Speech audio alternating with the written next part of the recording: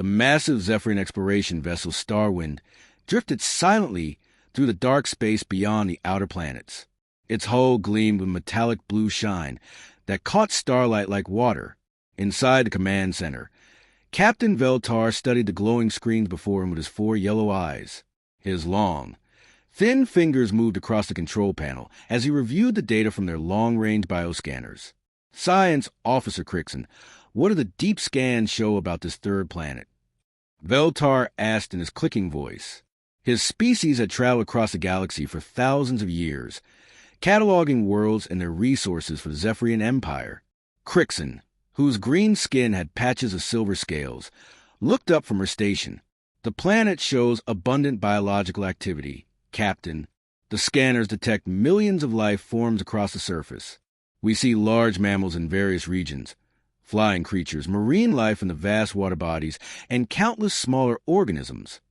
She touched her screen and brought up a 3-dimensional image of Earth. Blue oceans covered most of the surface, with brown and green land masses scattered around. Red dots appeared across the image, showing where the scanners had found life. Any signs of intelligence or civilization? Veltar asked. This was always the important question. The Zephyrian Empire had strict rules about planets with smart species. Those required special permits and careful handling. Primitive worlds were much easier to harvest. None detected, sir, Crixon replied. The bioscanners show only basic animal behavior patterns. No technology signatures, no organized settlements, no energy sources beyond natural phenomena. The largest creatures appear to be some kind of marine mammals and land-based quadrupeds. Standard primitive fauna. The ship's artificial intelligence, known as Central Mind, spoke in its calm electronic voice. Based on current data analysis, I classify this world as Category 7 Wildlife Preserve, suitable for resource extraction after minimal pest control. Estimated extraction value, 47 million standard credits in rare minerals, biological samples, and atmospheric gases. Veltar nodded with satisfaction. Category 7 worlds were profitable and simple. The crew could harvest what they needed without the paperwork and delays that came with intelligent species. Begin preparation for a planetary approach. Signal the fleet to prepare standard harvesting protocols. Across the command center, other crew members began their tasks. Navigation Officer Thulrex plotted the course to bring them into Earth's orbit. Weapons Specialist Grixon powered up the basic defensive systems they use for dealing with dangerous animals. Biospecialist Xera prepared the collection equipment for gathering interesting specimens. Sir, Crixon said, looking at her readings again, the planet does show some unusual features. The biodiversity is remarkably high for a world this size. The genetic variations in species are quite complex. Complex how? Veltar asked. The creatures show adaptations I have not seen before. Many species have developed tools of a sort, but nothing that registers as technology. Some of the larger mammals appear to live in groups with basic social structures. The flying creatures have developed remarkable navigation abilities. Thexera joined the conversation from her station. Captain, if I may suggest, this world could provide exceptional specimens for our biological research facilities. The Empire's Science Council would pay premium prices for such diverse samples. Veltar's mood improved even more.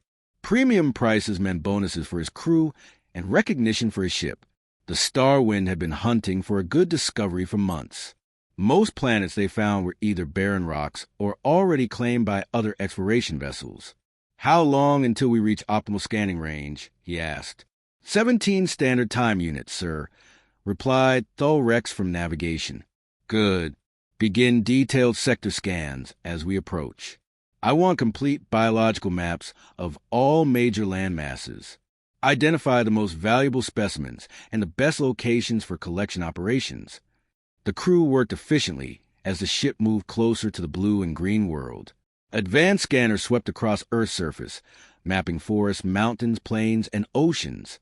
The equipment recorded thousands of different species, from tiny insects to massive whales in the seas.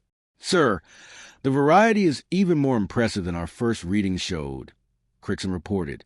This world has creatures adapted to almost every possible environment. desert dwellers, mountain climbers, deep-sea hunters, forest inhabitants. The evolutionary development here is remarkable. Central Mind added more details. Preliminary calculations suggest this planet could supply biological samples for the next 50 standard years of research. Recommendation: establish permanent collection station for ongoing harvesting operations. Veltar was very pleased. A permanent collection station would mean steady income and a comfortable posting for his crew. Much better than the dangerous exploration missions to unknown sectors where hostile species might attack without warning. Begin identifying the most docile species for easy collection, he ordered. Also mark any dangerous predators that will need to be eliminated before our teams land. Thexera worked at her station, reviewing the biological data. Captain, many of these creatures show interesting behavioral patterns. Some appear to modify their environment in small ways, building nests, digging burrows, creating paths through terrain, but nothing approaching true intelligence. That is exactly what we want, Veltar said. Smart enough to be interesting for research, but too simple to cause problems for collection teams. The hours passed as the ship approached Earth. More detailed scans revealed even more complexity in the planet's life. The crew found creatures living in ice, others thriving in hot regions, and marine life that lived in the deepest parts of the oceans. Sir, I recommend we begin with collection operations on the largest landmass, suggested Crixon. The biodiversity there appears to be at optimal levels, and the terrain will be easier for our equipment to operate in. Veltar agreed. Prepare 3 collection shuttles. Standard fauna harvesting equipment. Energy weapons for dangerous predators. Collection containers for specimens of various sizes. As Earth grew larger on their viewing screens, the crew of the Starwind felt confident about their mission. The planet looked beautiful and profitable. The creatures appeared to be simple animals that would provide valuable research materials and good income for the Empire. None of them suspected that they were being watched by some of those simple animals as their ship approached Earth's orbit. Marine Sergeant Jake Martinez lay flat against a rocky outcrop. His binoculars focused on the strange metallic objects that had descended from the sky 3 hours ago. The morning sun cast long shadows across Yellowstone National Park, but nothing could hide the 3 alien shuttles that had landed in the meadow below. "Command, this is Recon Team Alpha," Jake whispered into his radio. "The bogies have definitely landed. I count 3 craft, approximately 30 meters each. No visible movement yet, but I can see some kind of scanning beams sweeping the area." The voice of Colonel Lisa Thompson crackled through his earpiece from NORAD headquarters in Colorado. "Copy that, Sergeant Martinez. Continue observation. Do not engage under any circumstances. We need to know what we're dealing with." Jake adjusted his position and continued watching. His team of 4 Marines had been conducting routine training exercises in the park when the objects appeared on radar. Within minutes, they had received emergency orders to establish surveillance while all civilian areas were quietly evacuated. Private Danny Brooks crawled up beside Jake. "Sarge, check this out," he said, pointing to his handheld scanner. "These things aren't showing up on any of our electronic equipment. Radar, infrared, electromagnetic sensors, nothing. It's like they're not even there." "But we can see them with our eyes," Jake replied. "That doesn't make sense." Below them, a section of the nearest shuttle opened with a soft hiss. Jake watched through his binoculars as several tall, thin figures emerged. They moved with an odd grace, their limbs longer than human proportions. Even from this distance, he could see they weren't human. "Command, we have movement." Multiple figures exiting the craft. Definitely not human. They appear to be conducting some kind of survey of the area. Colonel Thompson's voice was tense. "Are they showing any interest in human settlements?" Jake watched as the aliens spread out across the meadow. They carried devices that resembled oversized tablets and seemed to be scanning everything around them. What struck him as odd was their behavior. A family of elk grazed nearby, and the aliens spent considerable time examining them with their equipment. But when they looked toward the distant town of West Yellowstone, they showed no reaction at all. "Negative, ma'am. They're focused entirely on the wildlife. It's like they don't even see the town." At NORAD, Colonel Thompson turned to Dr. Amy Foster, a xenobiology expert who had been rushed in from the University of Colorado. "Doctor, what's your assessment?" Dr. Foster studied the incoming video feed from Jake's team. She was a small woman with short brown hair and intense green eyes that missed nothing. "This is unprecedented, Colonel. If Sergeant Martinez is correct, these beings are somehow unable to detect human technology or settlements. That could only happen if their scanning equipment operates on frequencies we don't use. Or they're ignoring us on purpose," suggested Major Pete Williams, the base intelligence officer. "No," Dr. Foster shook her head. "Look at their behavior. They're conducting a systematic biological survey. If they knew humans were here, they would either try to communicate or treat us as a threat. Instead, they're acting like we simply don't exist." Back in Yellowstone, Jake continued his observations. The aliens had now spread across a wider area, and he could see them cataloging various animals. They seemed particularly interested in a nearby bison herd, spending almost an hour taking readings and samples. "They just took some kind of sample from one of the buffalo," Jake reported. "The animal didn't seem to notice. Whatever they did was very precise." Private Sarah Mitchell, stationed on the other side of the meadow, came on the radio. "Sarge, I've got something weird here. One of those things just walked right past the ranger station. The building is clearly visible. There are vehicles parked outside, but the alien didn't even glance at it." Jake frowned. The ranger station was an obvious human structure with clear signs of technology and habitation. How could any intelligent being miss it? Dr. Foster heard the report through the radio link. "Colonel, I'm beginning to form a theory. What if these aliens evolved on a world where consciousness developed differently? What if their detection methods are based on bioenergy patterns that humans don't emit?" "Explain that in terms I can understand, Doctor," Colonel Thompson replied. "Every living thing generates electromagnetic fields from brain activity, cellular processes, metabolism. But what if human consciousness operates on a quantum level that exists between the frequencies these aliens can detect? We might literally be invisible to them." The idea sounded like science fiction, but the evidence was mounting.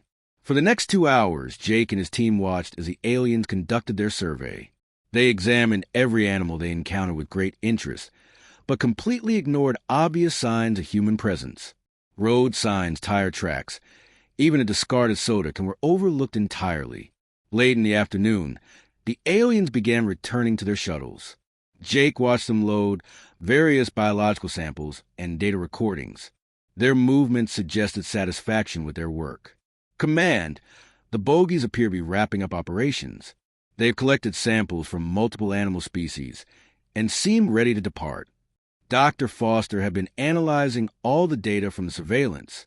Colonel, if my theory is correct, we have an enormous advantage here. These beings are clearly advanced, probably more technologically sophisticated than we are, but they can't see us. They don't know we exist. What are you suggesting, Doctor?" "I'm suggesting that for the first time in human history, we have the upper hand in a first contact situation. We can observe them, study their technology, learn their weaknesses, all while remaining completely undetected." As the sun set over Yellowstone, the alien shuttles lifted off with the same silent grace they had shown during landing. Jake watched them disappear into the sky, but he knew this wasn't over. "Command, this is Martinez. The bogies have departed, but I don't think they're leaving Earth. My guess is they've gone back to report to a larger ship." Colonel Thompson's voice was grim. "Agreed, Sergeant. Return to base immediately. We need to brief the Joint Chiefs and prepare for whatever comes next." As Jake and his team packed their equipment, Dr. Foster was already working on her preliminary report. If she was right about human consciousness existing outside normal detection frequencies, it would change everything humanity thought they knew about their place in the universe. She just hoped they would have enough time to figure out how to use this advantage before the aliens returned in greater numbers. The morning sky above Montana was clear and blue when the larger ships arrived. Sheriff Tom Bradley stood in his office in Billings, staring out the window at what looked like massive silver clouds hanging motionless in the air. His phone had been ringing nonstop since dawn. "Sheriff Bradley," This is Karen Davis from the elementary school, came the worried voice on his radio. Half my students didn't show up today, and the parents who did come are saying their pets disappeared overnight. Dogs, cats, even Mrs. Henderson's parrot. Just gone. Tom rubbed his tired eyes. Similar reports were coming in from all over the county. Pet disappearances, strange lights in the sky, and an unusual number of military vehicles on the highways. Something big was happening, but nobody was telling local law enforcement what it was. I'll send Deputy Johnson over to take statements, Karen. Try to keep everyone calm. What Tom didn't know was that 20 miles away, teams of military personnel were quietly evacuating civilians from areas where alien activity had been detected. Captain Lisa Thompson, recently promoted and assigned to coordinate local operations, stood in a temporary command center watching multiple screens showing alien movements. The bogies have established collection sites in 12 different locations across the state, reported Lieutenant Amy Foster, who had been reassigned from her research duties to field operations. They're systematically gathering biological samples from livestock, wildlife, and domestic animals. On one screen, they watched an alien team approach a ranch near Great Falls. The tall, thin figures moved with purpose toward a herd of cattle. Ranch owner Pete Williams stood on his front porch, coffee mug in hand, looking directly at the aliens as they worked among his animals. "Sir, should we warn the rancher?" asked Corporal Danny Brooks, monitoring the communications. Captain Thompson shook her head. "Watch and wait. We need to understand their capabilities before we make any moves." The aliens spent an hour examining the cattle, taking samples and readings with their strange devices.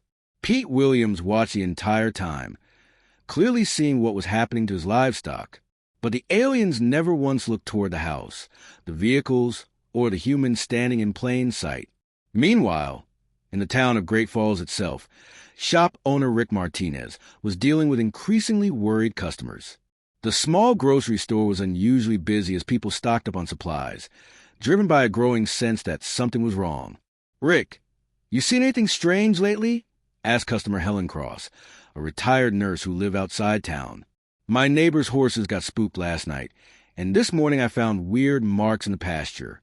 Perfect circles, like something had been sitting there." Rick had seen the marks, too, at his own property, but he had also seen the military convoys moving through town at odd hours. "I'm sure it's nothing, Helen. Maybe some kind of weather phenomenon."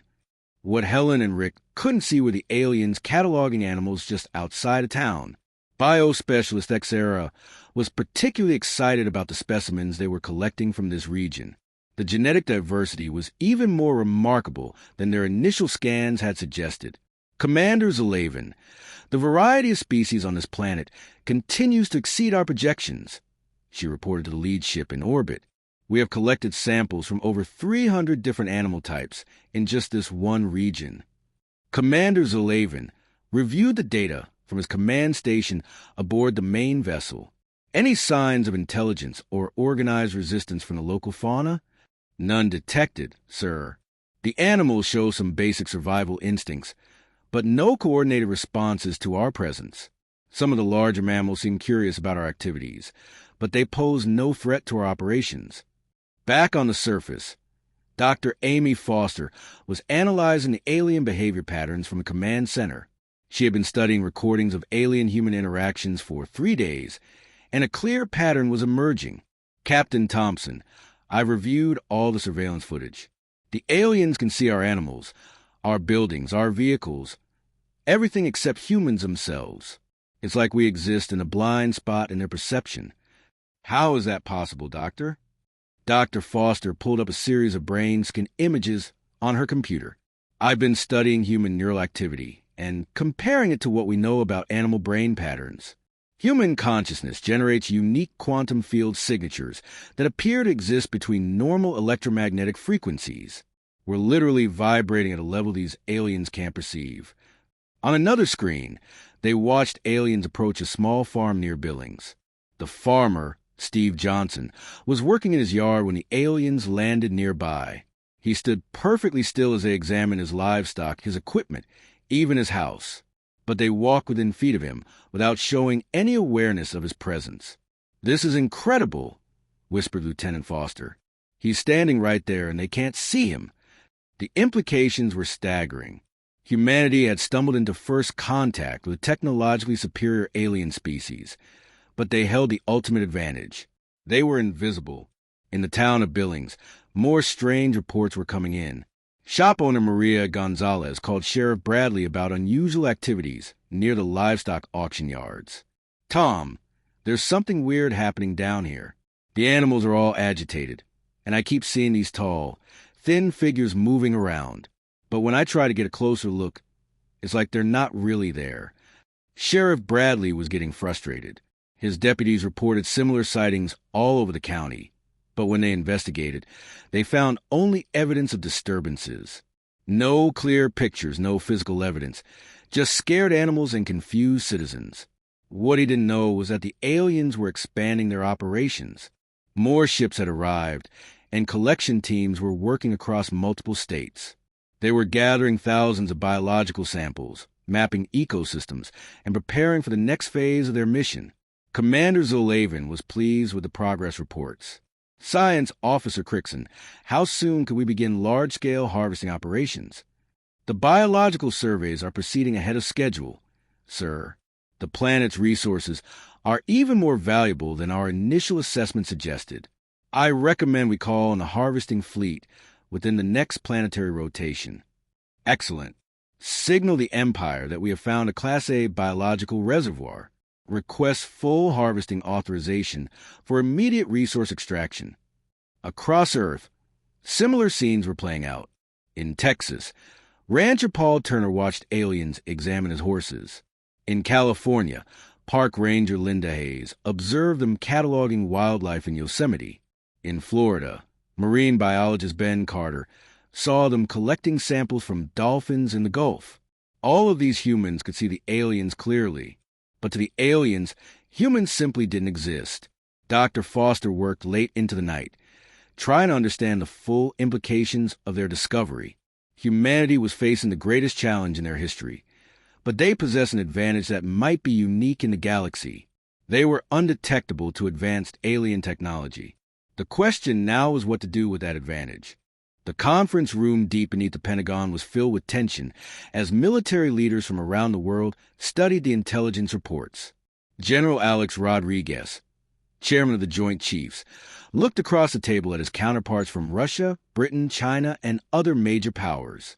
"Gentlemen, ladies, what we're dealing with is unprecedented." General Rodriguez began. "We have confirmation of alien presence on every continent. They appear to be conducting systematic biological surveys and resource assessment." Russian Colonel Dmitry Volkov leaned forward, his weathered face serious. "Our satellites show at least 40 alien vessels in Earth orbit. Ground teams report collection activities in Siberia, the Caucasus, and Central Asia. They are taking samples from everything, animals, plants, even soil and water." British Admiral Helen Cross nodded grimly. Similar reports from across the Commonwealth. But here's what's remarkable. They still show no awareness of human presence. Our people have observed them from distances of less than 10 meters without detection. In the corner of the room, computer specialist Ryan Chen was working frantically at his laptop. The young programmer had been recruited from Silicon Valley 3 days ago, when his expertise in signal analysis became crucial to the mission. "General, I've made a breakthrough," Ryan announced, looking up from his screens. "I've successfully intercepted alien communication signals. Their encryption is sophisticated, but they're not hiding their transmissions because they don't think anyone on Earth is intelligent enough to intercept them." "What are they saying?" asked General Rodriguez. Ryan's face was pale as he read from his translations. "Sir, they're not here for peaceful contact. They're planning full resource extraction. According to these communications, they intend to harvest Earth's biological resources and minerals. The interesting animals will be relocated to off-world preserves. Everything else will be strip-mined." The room fell silent.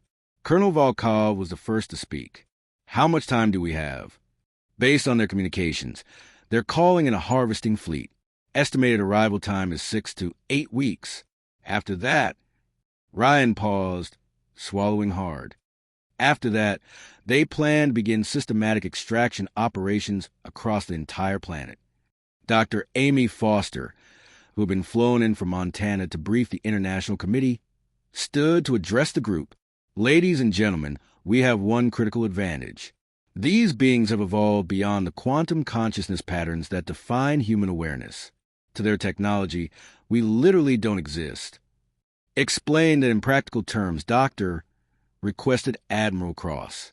Human consciousness operates on quantum frequencies that exist between the electromagnetic spectrums these aliens use for detection. We're not invisible to light or sound, but we're invisible to their bioenergy scanners, their artificial intelligence systems, and apparently their natural perception as well. Chinese General Li Wei spoke for the first time. This means we can observe their technology, study their weaknesses, without them knowing we're there. Dr. Foster nodded. Exactly. We can get close enough to their equipment to understand how it works. We can monitor their communications, track their movements, learn their capabilities. In a secure facility in Colorado, physicist Ben Carter was leading a team analyzing alien technology samples. Marine teams had managed to collect small pieces of alien equipment that had been left behind at collection sites. The materials are unlike anything in our periodic table, Ben explained his research team. But the energy signatures suggest they use some form of quantum field manipulation for propulsion and weapon systems. His assistant, Dr. Sarah Mitchell, looked up from her analysis station. Ben, I think I found something important. The alien equipment generates interference patterns at specific frequencies. If we could generate matching interference, we could disrupt their systems, Ben finished. Sarah, that's brilliant. If we can jam their technology, without them knowing the source of the interference. Back at the Pentagon, plans were taking shape. Major Pete Williams, now assigned as liaison between military intelligence and the scientific teams, presented the preliminary assessment. We have teams observing alien operations in 47 locations worldwide. They've established a predictable pattern.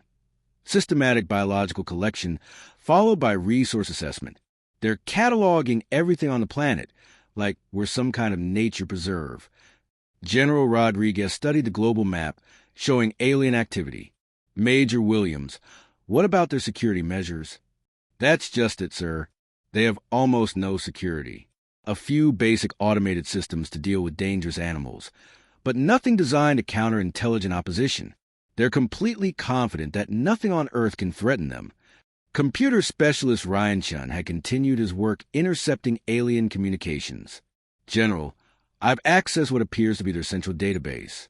They've classified Earth as a category, 7 world, suitable for unlimited resource extraction with minimal oversight. What does that mean for us? Asked Colonel Volkov. Ryan's expression was grim. It means they're planning to process this planet like a mining operation. Any species they consider valuable will be preserved in alien zoos. Everything else will be eliminated to make room for industrial equipment. Dr. Foster had been studying the alien behavioral patterns. There's something else we need to consider. These beings have obviously been doing this for a long time. They perfected the process of harvesting primitive worlds.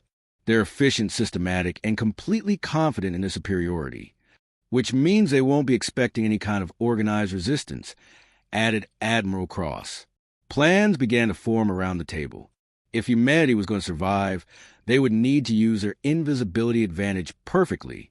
General Rodriguez looked around the room at the faces of military leaders, scientists, and specialists who held Earth's future in their hands. People, we have approximately 6 weeks to prepare for the fight of our lives. The enemy has superior technology, greater numbers, and more experience. But they have one critical weakness. They don't know we exist. Major Williams pulled up detailed surveillance footage on the main screen. Our teams have identified what appear to be weak points in their technology. Power systems, communication arrays, weapons platforms. If we can coordinate simultaneous strikes, we can take them out before they know what hit them, finished General Rodriguez. Dr. Foster raised a concern. We need to be careful about one thing. If any of them escape to warn their fleet, we'll lose our advantage. This has to be a complete success on the first attempt. The meeting continued late into the night as humanity began planning the most important military operation in their history.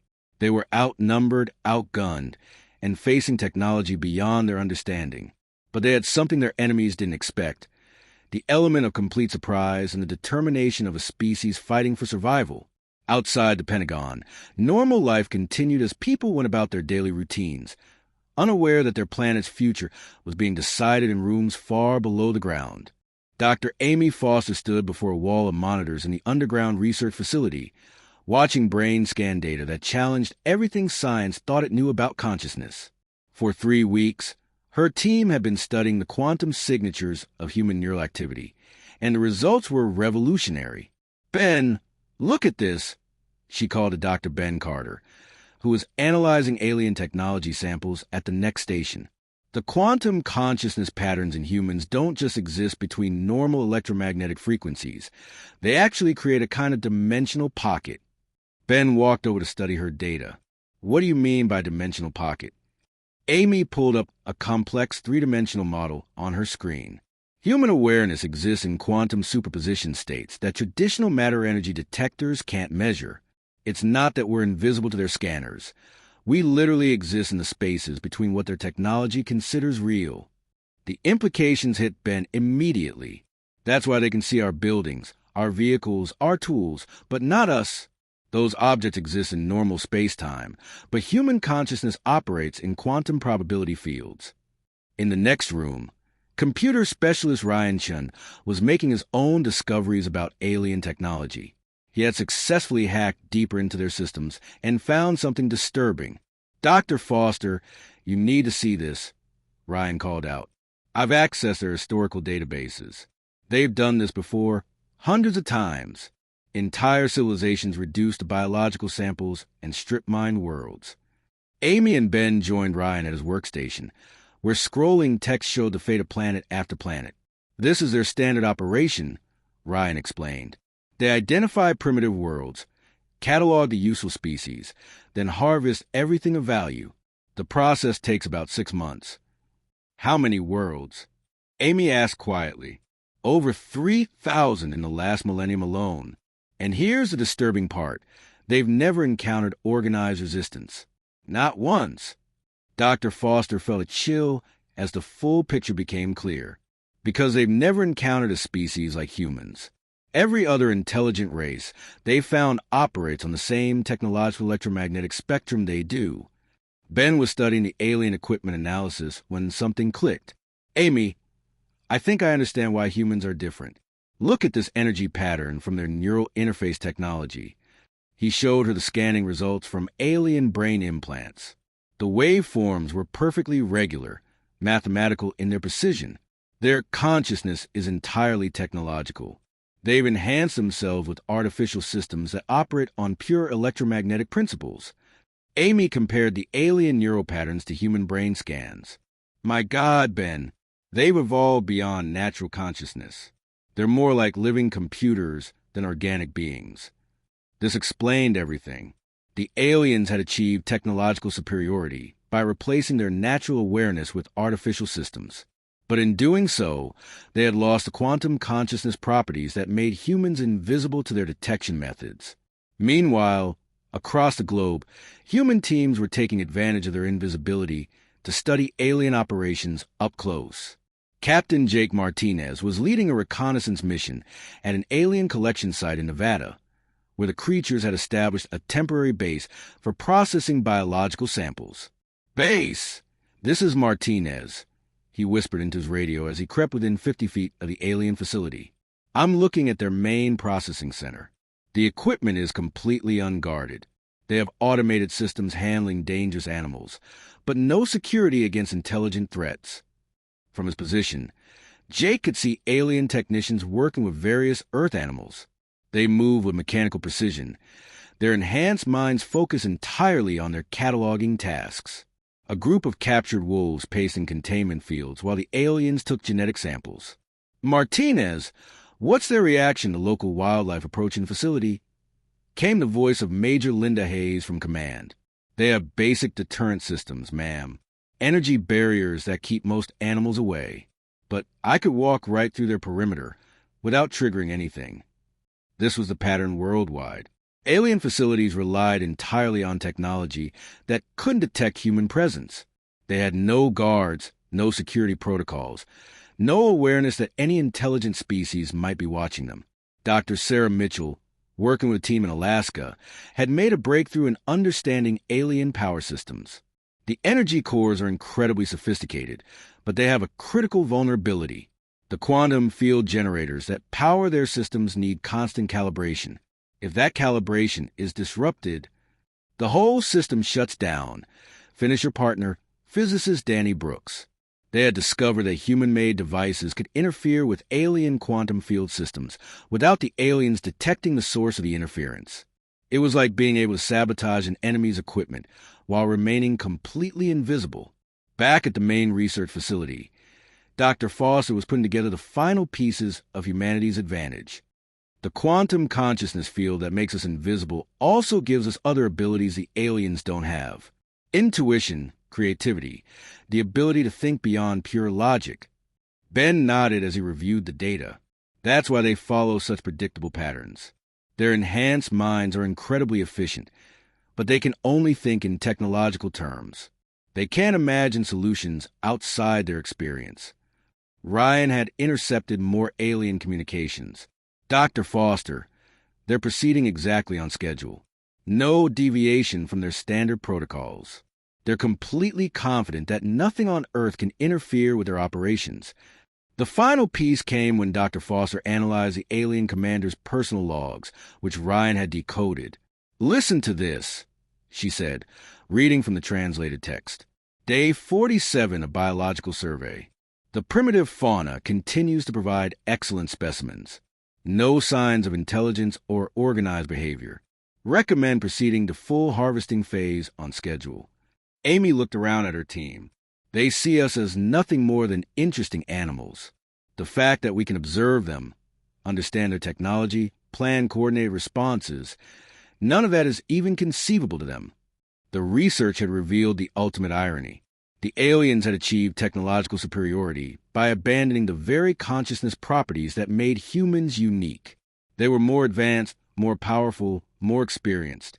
But they had sacrificed the ability to perceive threats that existed outside their technological framework. Ben, Amy said quietly, "I think we figure out why humans are the only species to ever develop quantum consciousness. It's not an evolutionary advantage in most situations. It makes us less efficient, less logical, more prone to errors. But it also makes us unpredictable," Ben replied. "And in this case, invisible." Dr. Foster compiled her final report for the military commanders. Humanity faced an enemy that had conquered thousands of worlds and harvested entire civilizations. But that enemy had never faced an invisible opponent. They had never dealt with beings who could think creatively, act unpredictably, and strike from directions that didn't exist in their technological framework. The aliens' greatest strength, their technological superiority, had become their greatest weakness. They had evolved beyond the ability to perceive the very consciousness that defined humanity. As she finished her report, Dr. Foster realized that Earth's invisible defenders were about to give the galaxy's apex predators the shock of their lives. The United Nations Security Council meeting was unlike any in history. World leaders sat around the polished table in New York, while secure video links connected them to military commanders across the globe. President Maria Gonzalez of the United States looked around the room at faces that held the weight of human survival. "Ladies and gentlemen," she began, "Dr. Foster's team has confirmed what we suspected. The alien harvesting fleet will arrive in Earth orbit in 72 hours. After that, we have approximately 6 hours before they begin large-scale planetary operations." Prime Minister Helen Cross of Britain leaned forward. "Madam President, the scope of this operation is staggering. Our intelligence suggests they plan to process Earth like a mining facility. Anything they consider valuable will be preserved. Everything else will be eliminated." President Li Wei of China nodded grimly. "Our scientists estimate they can strip Earth of all useful resources within 6 months. The planet would be left uninhabitable." Russian President Dmitry Volkov's voice was steel. "Then we have no choice." Operation Mirror Shield must succeed completely, or humanity ends. In military facilities around the world, the largest coordinated operation in human history was reaching final preparations. General Alex Rodriguez stood in the Pentagon War Room, surrounded by screens showing positions of every known alien installation on Earth. Status report. He called to his staff. Major Pete Williams stepped forward with the latest intelligence. Sir, we have confirmed locations for 47 alien facilities across 6 continents. Each site has been under continuous surveillance for 3 weeks. We know their routines, their equipment locations, their personnel numbers. What about their defenses? Minimal, sir. Basic automated systems designed to handle dangerous animals. No security protocols for intelligent opposition, because they don't believe intelligent opposition exists on Earth. Air Force Commander Sarah Mitchell joined the briefing from her base in Colorado. General, our pilots are ready. We've modified aircraft with the quantum interference generators Dr. Carter's team developed. The aliens won't detect us until we're already attacking. The quantum interference technology was humanity's secret weapon. Dr. Ben Carter had discovered that human-made devices could disrupt alien systems without being detected by their sensors. It was like having invisible saboteurs inside enemy installations.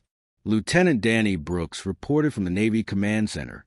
Sir, submarine forces are positioned at all coastal alien sites. We can surface an attack without appearing on their sensors until the moment we fire. Ground forces were equally prepared. Captain Jake Martinez led one of dozens of special operations teams positioned near alien facilities. His unit had been camped within sight of a major alien processing center in Arizona for 2 weeks, completely undetected. Team Alpha in position. Jake reported to command. The bogies maintained their standard routine. No deviation from established patterns. They're completely confident in their security. The alien confidence was exactly what humanity was counting on. For 6 weeks, the creatures had operated on Earth without encountering any resistance. Their systematic collection operations had proceeded flawlessly, reinforcing their belief that Earth contained no intelligent species. In orbit above Earth, Commander Zolavin was reviewing final preparations for the arrival of the harvesting fleet.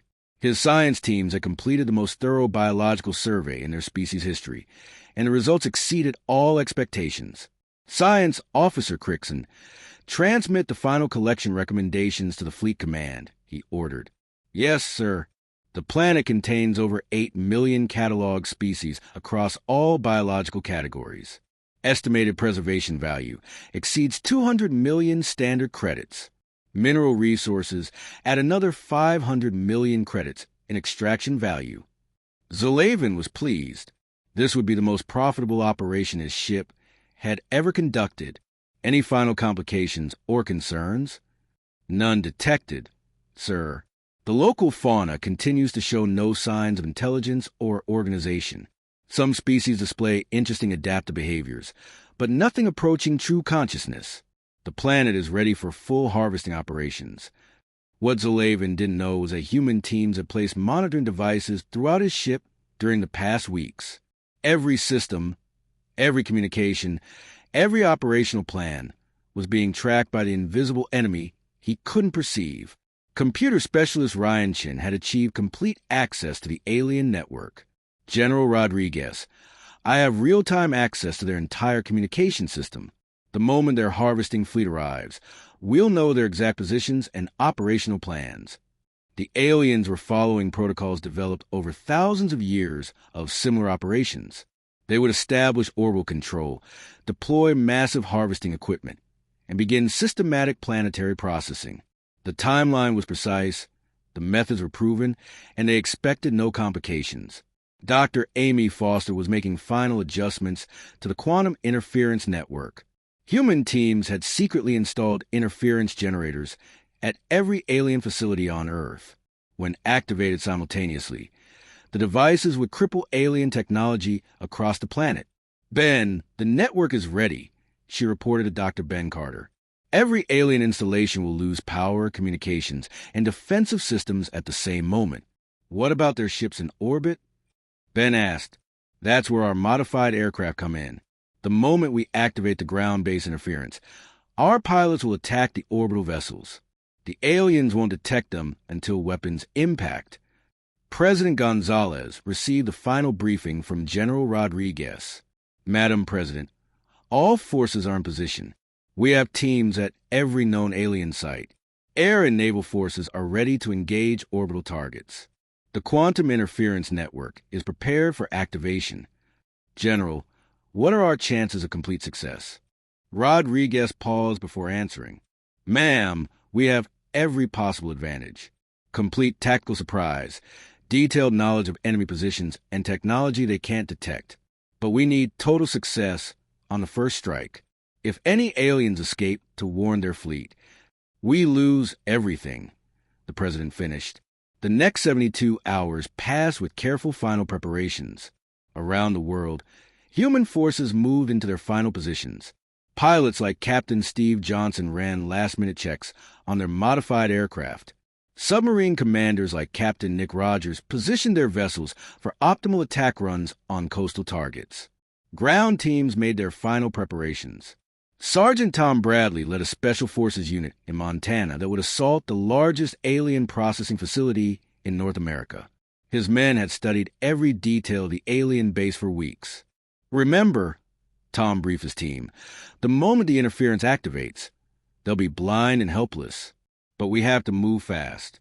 If their harvesting fleet detects what's happening, they might start orbital bombardment. Dr. Foster monitored alien communications from her command center as the harvesting fleet approached Earth orbit. They're maintaining complete radio silence during approach, just as their protocols dictate. They have no idea we can monitor their internal systems. The alien harvesting fleet was massive. Over 200 vessels carrying equipment designed to process an entire planet.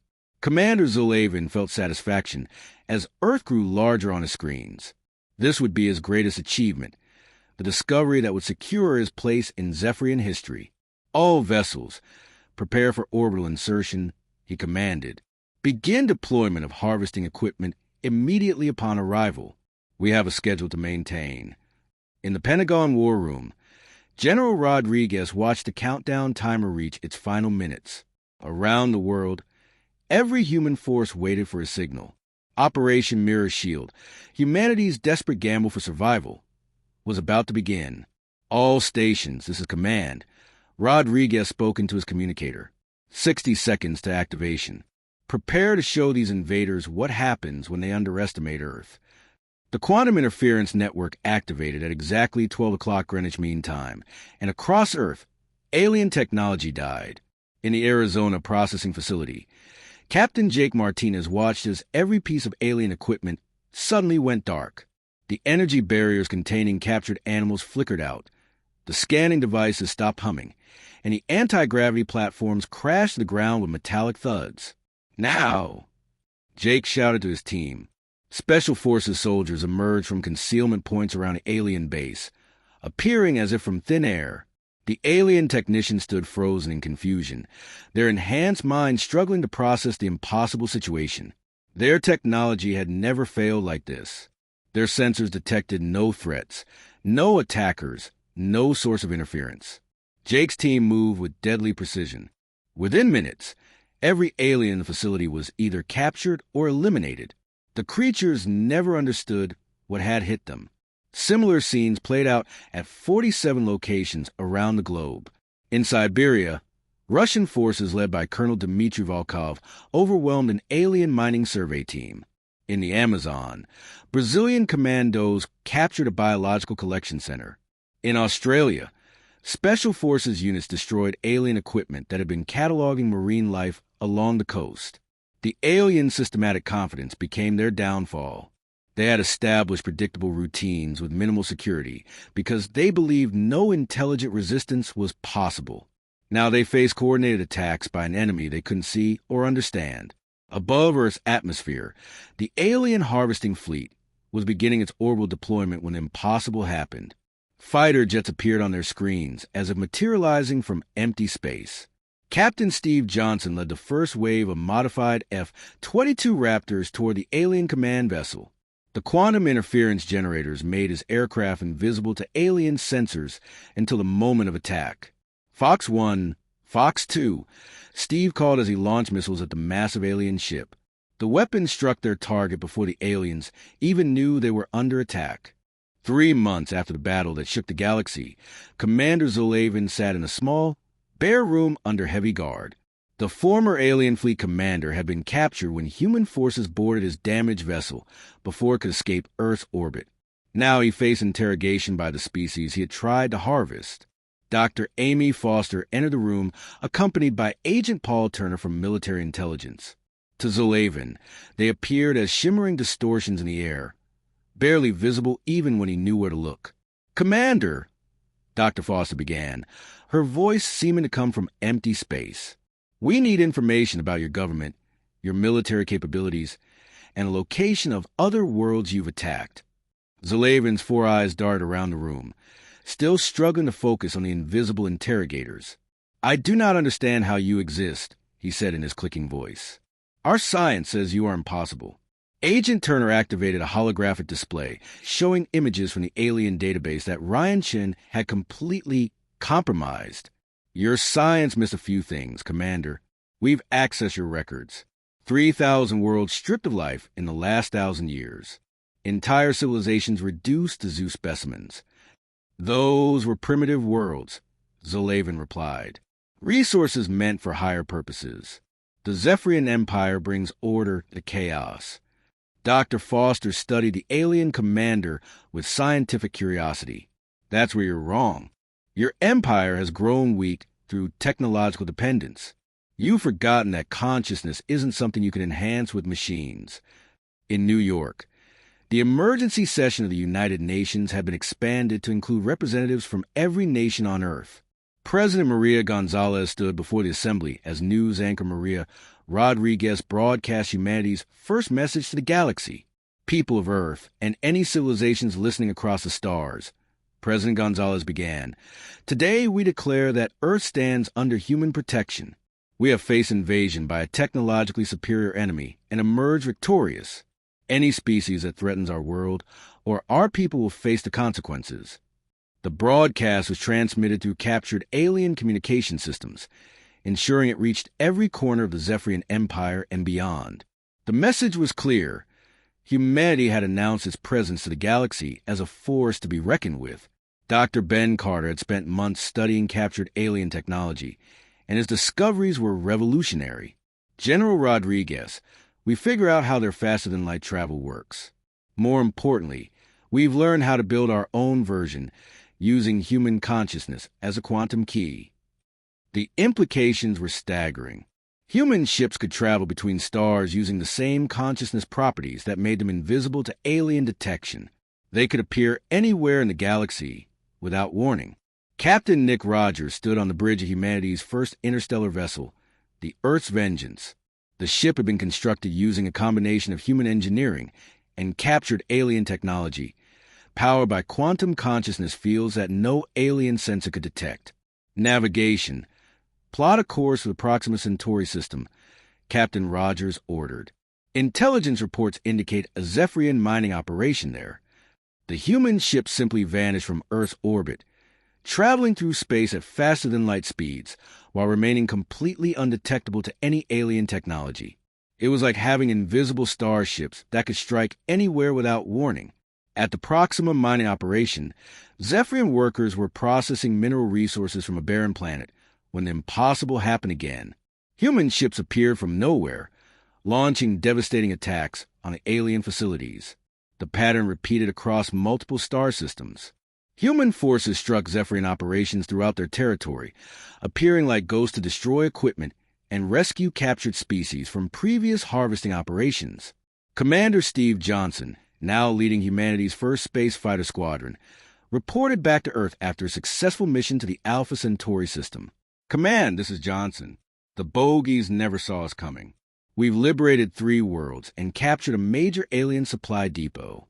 The Zephyrian High Council was in emergency session as reports flooded in from across their empire. High Commander Vexarin studied the tactical displays with growing alarm. "Counselors, we face an enemy unlike any in our recorded history. They appear and disappear without warning. Our most advanced sensors cannot detect them. Our most powerful weapons cannot target them. The alien empire that had dominated the galaxy for millennia found itself under attack by an enemy they couldn't see, couldn't predict, and couldn't understand. Their technological superiority was useless against opponents who existed outside their perception. On Earth, construction was underway for humanity's first interstellar fleet. Ships like the New Horizon under Captain Lisa Thompson and the Star Guardian commanded by Captain Danny Brooks were rolling out of orbital shipyards at an unprecedented pace. Dr. Sarah Mitchell had perfected the quantum consciousness drive system. Every human ship is completely invisible to alien sensors, she reported to the Joint Chiefs. We can build a fleet that appears anywhere in the galaxy instantly. The psychological effect on alien civilizations was devastating. Species that had lived under Zephyrian dominance for centuries suddenly saw their oppressors being systematically defeated by an unknown enemy. Agent Paul Turner intercepted communications from throughout the galaxy. General Rodriguez were receiving surrender offers from dozens of alien governments. They're afraid humanity will attack them next. But humanity had learned about galactic politics from studying alien databases. Dr. Foster addressed the United Nations with her recommendations. We have an opportunity to reshape the entire galaxy, she explained. The Zephyrian Empire maintained control through fear and technological superiority. But there are hundreds of species who are victims, not willing participants. President Gonzalez made the decision that would define humanity's role in the galaxy. We will offer protection to species threatened by the Zephyrian Empire. Earth will become the center of a new galactic alliance based on freedom, not domination. The announcement sent shockwaves through alien civilizations. The mysterious invisible warriors were not conquerors like the Zephyrians. They were liberators offering protection to the weak and oppressed. Within a year, over 50 alien species had joined the Human Protection Alliance. Captain Tom Bradley commanded the Freedom's Light, patrolling space lanes to protect member species from Zephyrian retaliation. The Zephyrian Empire, once the galaxy's dominant power, found itself increasingly isolated. Their traditional intimidation tactics were useless against an enemy they couldn't see. Their harvesting operations were constantly under attack by invisible human forces. High Commander Vexarin made the final transmission of his empire's independence. To the invisible warriors of Earth, the Zephyrian High Council requests terms of surrender. We acknowledge human dominance and submit to your authority. President Gonzalez received the alien surrender in the Rose Garden, broadcast live across Earth and throughout the galaxy. The Zephyrian Empire will cease all harvesting operations immediately. Captured species will be returned to their homeworlds. The galaxy now operates under a new principle. The strong protect the weak, rather than exploit them. Dr. Amy Foster stood in her laboratory, looking up at the stars through the window. Humanity had gone from a single invisible species to the galaxy's dominant power in less than 2 years. Ben, she said to Dr. Carter, who was working at the next station, do you think we've changed the galaxy for the better? Ben smiled as he watched news reports of liberated worlds celebrating their freedom. Amy, we didn't just survive first contact. We showed the galaxy that consciousness is more powerful than technology, that creativity defeats pure logic, and that some species are willing to fight for others rather than just themselves. Outside, the lights of human starships could be seen launching toward distant stars, carrying the message that Earth's children were now the galaxy's guardians. The invisible warriors had become visible protectors, and the universe would never be the same. Humanity had taken its place not just as a galactic power, but as the conscience of a galaxy that had forgotten what it meant to protect rather than exploit. The age of technological tyranny was over. The age of human guardianship had begun.